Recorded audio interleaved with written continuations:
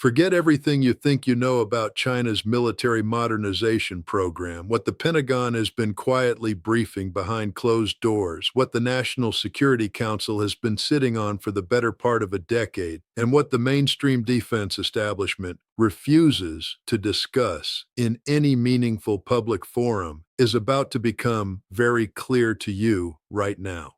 Because what China has been concealing inside the Gobi Desert, inside the hardened mountain tunnel complexes beneath the ranges of Qinghai Province, inside the classified procurement channels that run from the defense industrial corridors of Shanghai and Chengdu directly into the operational commands of the People's Liberation Army rocket force, is not merely an incremental upgrade to existing missile capabilities. It is a generational technological leap, a weapons platform that fundamentally invalidates every central assumption the American war planning community has operated under since the first Gulf War proved the dominance of precision American air power. There is a specific name for this weapon system. There is an entire decade of deliberate institutional concealment behind its research, testing, and operational integration. And there are strategic implications attached to its existence that the people making defense policy decisions in Washington are manifestly unprepared to confront with the honesty the situation demands. I am telling you this not to generate alarm for its own sake. Having spent years inside the intelligence community, having sat in rooms where America's most sensitive military assessments were prepared, debated, and often deliberately softened before reaching policymakers, having served in capacities that required understanding not just what adversaries currently possessed, but what they were strategically building toward and precisely why they were investing in specific capabilities, I can tell you with the measured calm of someone who has watched this pattern destroy strategic advantage before. The United States is behind in this domain, not marginally behind in ways that additional investment in familiar systems can correct before the critical window closes. Structurally and fundamentally behind in the one specific technological and operational domain that determines whether American power projection in the Western Pacific remains credible or becomes a dangerous fiction that allied governments will one day stop believing. The weapon China has been hiding for 10 years is the DF-ZF hypersonic glide vehicle, mounted atop the DF-17 medium-range ballistic missile system and operationally integrated into the People's Liberation Army rocket force order of battle, in ways that Western analysts have systematically, consistently, and perhaps deliberately underestimated in their public assessments. And before you tell me you have heard this weapon systems designation and believe you already understand the implications, let me stop you precisely there. What you have encountered in mainstream American defense journalism, in think tank white papers, in the occasional declassified congressional testimony, represents a carefully managed fraction of what this system actually means at the operational level, and what 10 years of deliberate concealment was specifically engineered to protect while the critical technical work reached military-grade completion. The DF-17 was publicly unveiled in October 2019 during China's National Day Parade in Beijing, rolling through Tiananmen Square in the choreographed display Beijing uses to communicate strategic messages simultaneously to adversaries, allies, and domestic audiences. That reveal was deliberate, calculated, and precisely controlled in what it chose to show and what it strategically withheld from view. China revealed the launcher vehicle configuration. China revealed the basic aerodynamic shape of the glide vehicle positioned atop the boost stage. What China did not reveal, what no Western defense analyst has explained fully and accurately in open public testimony before any legislative body, and what a decade of developmental testing conducted across the vast, restricted test ranges of the Taklamakan Desert was actually building toward refining, hardening, and integrating into operational doctrine is the complete picture. The full operational incorporation of this system into the layered anti-access and area denial architecture designed with one singular specific operational purpose. That purpose is neutralizing American carrier strike group power projection capability in the Western Pacific before American decision makers and naval commanders have sufficient time to mount any meaningful, organized defensive response. Stay with me now, because what I'm about to walk you through is the analytical picture that senior naval officers sit with privately, and that the Navy's institutional leadership has been unwilling to present with complete operational honesty before the Armed Service Committees in either chamber, because the honest version of this assessment requires conclusions that are politically inconvenient, strategically alarming, and most importantly, expensive to address in ways that current budget priorities and political constituencies are not prepared to fund. The DF-ZF hypersonic glide vehicle does not follow a ballistic trajectory. Read that sentence again, because it is the foundational technical point that renders the entirety of current American missile defense architecture operationally irrelevant against this specific class of threat, and it is a point I cannot emphasize with sufficient force for anyone genuinely attempting to understand what has fundamentally changed in the military technical balance across the Western Pacific theater. Standard ballistic missiles follow a predictable parabolic arc through the upper atmosphere and into space before descending toward their targets. American Aegis combat system software installed aboard Arleigh Burke-class guided missile destroyers, the SM-3 Block II-A interceptors loaded in vertical launch cells, the terminal high-altitude area defense batteries deployed permanently on Guam and positioned rotationally across South Korea. Every element of this multi-layered defensive architecture rests on a foundational engineering assumption that you can solve the intercept geometry because the incoming threat travels a predictable mathematical curve through space and atmosphere. You observe the missile's trajectory during boost phase. You calculate the ballistic arc using established physics. You compute the intercept point. You fire the kill vehicle with sufficient lead time. The mathematics closes. The engagement succeeds. The DF-ZF does not provide you that solvable geometry. After separation from the DF-17 boost stage at approximately 100 kilometers altitude, the glide vehicle transitions into sustained hypersonic flight at velocities measured between Mach 5 and Mach 10, maintaining operational altitudes in the band between 40 and 100 kilometers, maneuvering laterally and vertically throughout the complete terminal approach phase with a degree of trajectory freedom that no existing ballistic missile defense architecture was designed to can engage with current interceptor technology, or will be able to engage without fundamental redesigns that remain years from operational deployment. The lateral cross-range maneuvering capability during the glide phase has been assessed by Defense Intelligence Agency analysts at figures exceeding 3,000 kilometers. In operational language accessible to any general officer receiving a classified briefing on this threat, a DF-17 launched from a hardened silo facility deep in China's strategic interior can approach its designated target from virtually any compass bearing during the terminal engagement phase. It does not arrive at the location your radar and fire control systems predicted when it first appeared on scope during the initial boost phase. It arrives where its autonomous terminal guidance system determines to take it during the final seconds of flight, and your complete defensive architecture discovers this fact at the exact moment when no effective response remains possible within the engagement timeline your systems require to function. The demonstrated operational range parameters matter fundamentally for understanding why this system invalidates every previous operational planning calculation across the Pacific theater. The DF-17 carrying the DF-ZF payload has demonstrated an operational range of approximately 1,800 to 2,500 kilometers based on test data recovered from test flights conducted at the Jiuquan Satellite Launch Center and the Korla Missile Test Complex in Xinjiang Province over the course of the development decade. In the Western Pacific Operational Theater, that range envelope encompasses every American military installation across the First Island chain, without a single exception remaining outside it. Kadena Air Base on Okinawa, the primary nerve center of American tactical air power across the entire Pacific Theater, and the permanent host for the fighter fleets providing regional air superiority coverage.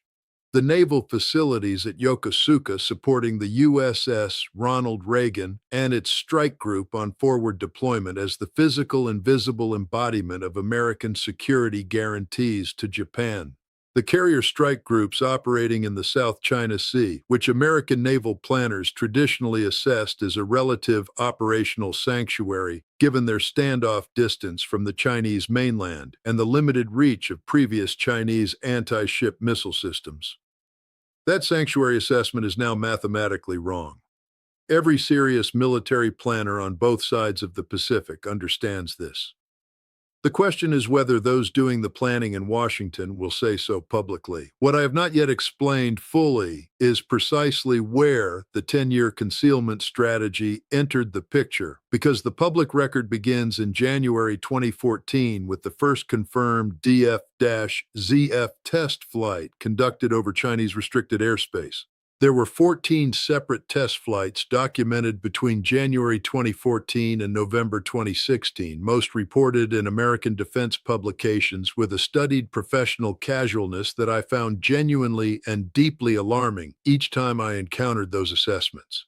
Because that casualness told me the full operational significance of what Chinese engineers were proving and refining across those test programs was not being communicated faithfully from the working analyst level to the policy level, where consequential decisions about American military force structure, procurement, and strategic posture actually get made and funded through appropriation cycles. Before we go any further, I need you to understand something fundamental about how real weapons development programs actually work in practice inside any serious military power, because it is absolutely critical for grasping what China accomplished during those years of flight testing and what precisely those 14 test flights between 2014 and 2016 were proving about the program's technical state and trajectory.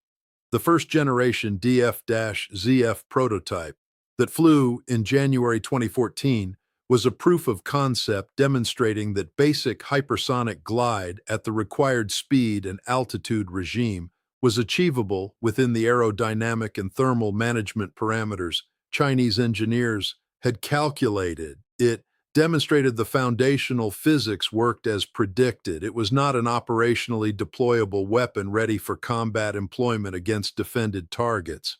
The system that entered full operational service with the People's Liberation Army Rocket Force in 2019 is categorically and fundamentally different from that 2014 prototype in three critical technical dimensions that Western open source analysis has consistently and perhaps conveniently failed to address with the seriousness those dimensions demand. First, the terminal guidance and targeting system. The 2014 prototype relied on an early generation inertial navigation system with GPS correction, an architecture adequate for engaging fixed geographic coordinate targets like air bases, fuel storage facilities, and port infrastructure that do not move between weapon launch and impact. The operational DF-ZF entering service in 2019 carries a dual-mode terminal seeker combining active radar with an infrared imaging array, providing the weapon autonomous capability to identify, track, and discriminate between specific ship classes within a carrier strike group formation during the final seconds of its flight profile. The carrier itself, with its distinctive and essentially irreducible thermal signature generated by the nuclear propulsion plant and its characteristic radar cross-section produced by the island superstructure and flight deck equipment arrays, can be separated from the accompanying destroyer and cruiser screen with sufficient reliability to assign as a precise individual aim point. This is not a weapon that misses its intended target because the carrier completed a course change between launch and impact. The dual-mode seeker acquires and autonomously tracks the specific designated target through the terminal phase. Second, the electronic warfare hardening of the guidance and seeker systems. American carrier strike groups project an extremely powerful and carefully designed electronic warfare environment around their formations as a layered active defensive capability. The AN/SLQ-32 electronic warfare suite installed aboard every surface combatant in the formation, combined with the EA-18G Growler electronic attack aircraft operating from the carrier's flight deck, creates an electromagnetic environment specifically engineered to degrade and defeat the terminal guidance of incoming anti-ship weapons. The operational DF-ZF that entered People's Liberation Army Rocket Force service had been systematically hardened against this precise electromagnetic environment through 6 years of iterative testing conducted against simulated American electronic warfare architectures at the Korla Test Complex. That hardening process, that repeated engineering cycle of test flight, assess performance degradation, redesign vulnerable components, and retest against the specific electronic signatures generated by American naval defensive systems, consumed the larger portion of the 10-year development timeline. That is where the secret resided. The concept of a weapon-threatening carrier operations was always theoretically conceivable. The weapon actually capable of finding a carrier through its own defensive electronic warfare envelope, discriminating the carrier from its screen, and delivering its payload with operational accuracy required a full decade of engineering to produce. Third, production scale reaching operational military significance, demonstrating a technological capability in controlled test conditions and fielding the capability at the numbers required to matter in actual combat against a defended target set are entirely different problems requiring separate and substantial institutional commitments, industrial capacity investments, and workforce expertise. The People's Liberation Army Rocket Force currently operates a minimum of 6 brigade equivalents equipped with the DF-17 system, each brigade consisting of 6 to 12 transporter erector launcher vehicles, each carrying 2 mission-ready missiles. That inventory translates to a minimum of 72 operational launcher vehicles with a supporting missile stockpile. The Chinese defense procurement patterns suggest stands at 3 to 5 weapons per launcher, assigned exclusively to the maritime anti-carrier mission within any Taiwan contingency plan. The first salvo mathematics produce a figure exceeding 140 glide vehicles allocated solely to carrier elimination, with reload capacity available within operational hours. Keep watching because the strategic consequence cascade from what I have just described extends in directions that reach far beyond any single tactical engagement in the Western Pacific. American power projection has rested on the carrier strike group as its foundational instrument of global military influence since 1945. The strategic logic underlying this has always been simple and compelling. Carriers provide mobile sovereign air power that can be repositioned anywhere on the world's oceans within days of a political decision to deploy them. They project air superiority over contested airspace. They launch strike packages reaching hundreds of miles inland against defended targets. They represent the physical embodiment of American commitment standing behind every alliance guarantee this country has made. From the Japanese Mutual Security Treaty to Philippine defense obligations, the informal but deeply real commitments to Taiwan. Every adversary the United States has faced since 1945 understood that directly challenging American interests meant accepting the risk that carrier aviation would arrive on scene and fundamentally alter the military balance against them. That calculus constrained strategic decision-making in Moscow, Beijing, Tehran, and Pyongyang for 8 consecutive decades. It was the foundation of American global influence. If the carrier is no longer survivable within 2,500 kilometers of the Chinese coastline, if a coordinated People's Liberation Army rocket force salvo can eliminate multiple carrier strike groups in the opening hours of conflict before effective defense can be organized and executed, if the 5,000 sailors and aviators aboard a Nimitz-class nuclear supercarrier represent not an instrument of decisive power projection, but a concentrated vulnerability, eliminable in a single, coordinated missile salvo, then the entire architecture of American Pacific Alliance commitments rests on a strategic foundation that China has spent a deliberate decade quietly and methodically undermining. I've watched this institutional failure pattern develop before in different strategic contexts with different weapon systems and different adversarial relationships. The tendency to produce assessments that policymakers prefer to receive rather than what the evidence actually demands communicating upward through the chain of analysis is structural and deeply embedded. Bureaucratic systems serving political masters who prefer manageable problems to existential ones consistently produce intelligence products calibrated to the political environment rather than the genuine threat environment. What China built over 10 years of classified development, concealed within deliberately opaque defense budget categories and disguised within ostensibly civilian aerospace research programs, and protected by test range access restrictions that prevented complete Western collection coverage of the critical terminal guidance validation tests, is a system that fundamentally changes the physics of naval combat across the Western Pacific in ways that cannot be corrected by additional investment in the specific defensive architectures the weapon was built to defeat. The intercept timeline against a Mach 8 maneuvering glide vehicle is insufficient for existing systems.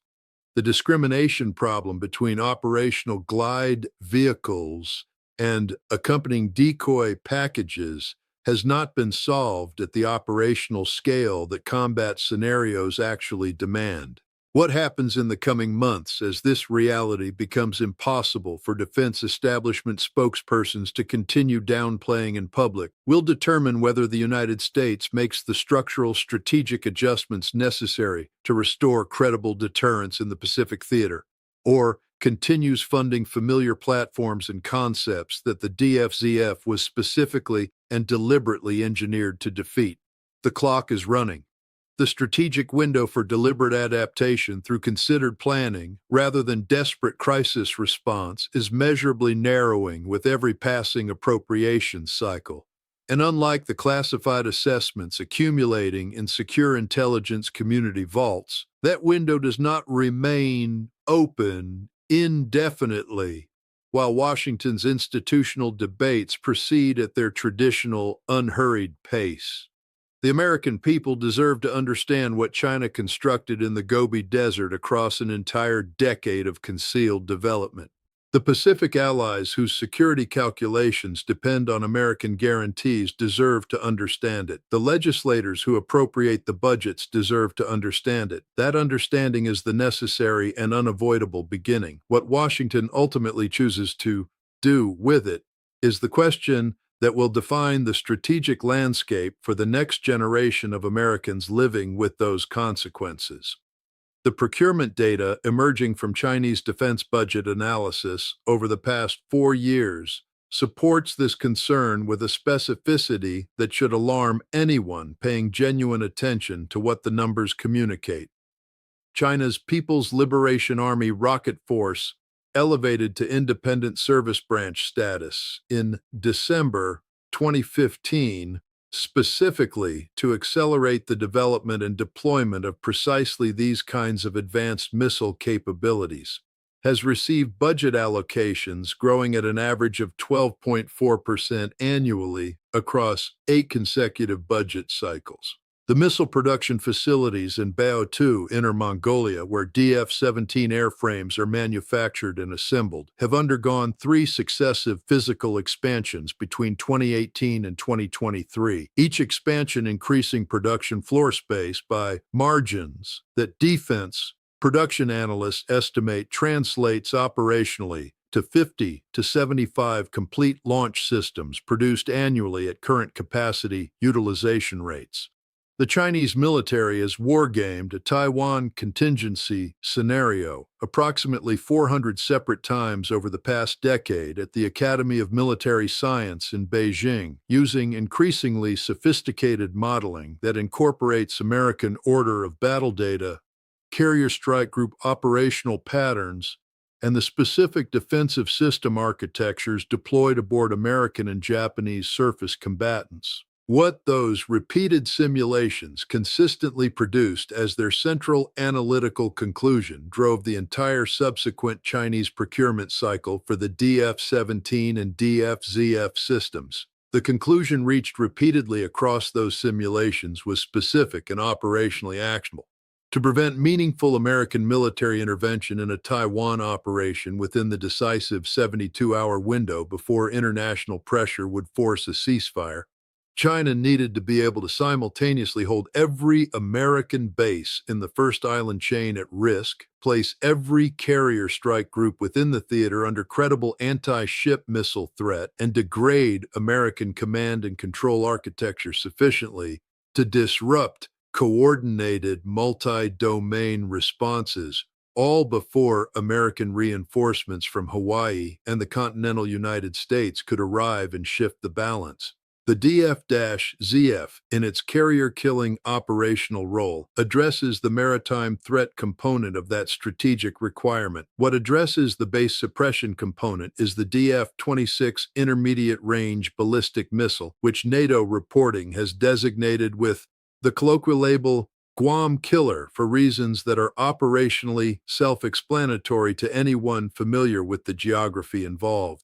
With a demonstrated range of 4,000 kilometers and a 1,200 kilogram conventional warhead payload, the DF-26 holds Andersen Air Force Base and Naval Base Guam at risk from launch positions so deep inside Chinese territory that any American preemptive strike option against the launcher vehicles would require accepting the full risk of broader strategic conflict escalation. The command and control degradation mission, the third leg of the strategic requirement identified in those wargame simulations, falls to a suite of anti-satellite capabilities that China has been developing and testing since the 2007 demonstration that destroyed the Fengyun 1C weather satellite in low Earth orbit and scattered debris across an entire altitude band. The subsequent years of testing have evolved well beyond the kinetic kill vehicle demonstrated in 2007, incorporating directed energy systems, sophisticated cyber intrusion capabilities targeting satellite ground stations, and signals intelligence collection that has mapped American military satellite communication architectures with sufficient precision and detail to inform targeted jamming operations against specific communication links at operationally critical moments. I take no pleasure in this assessment. I have been in enough rooms where the institutional incentives push toward more comfortable conclusions to understand exactly why the analysis the American public receives through mainstream channels consistently fails to communicate the cumulative weight of what these individual data points represent when assembled into a complete operational picture. But the people of this country and the allies whose security depends on American commitments in the Pacific deserve the complete picture rather than the comfortable fraction that institutional interests find convenient to share publicly.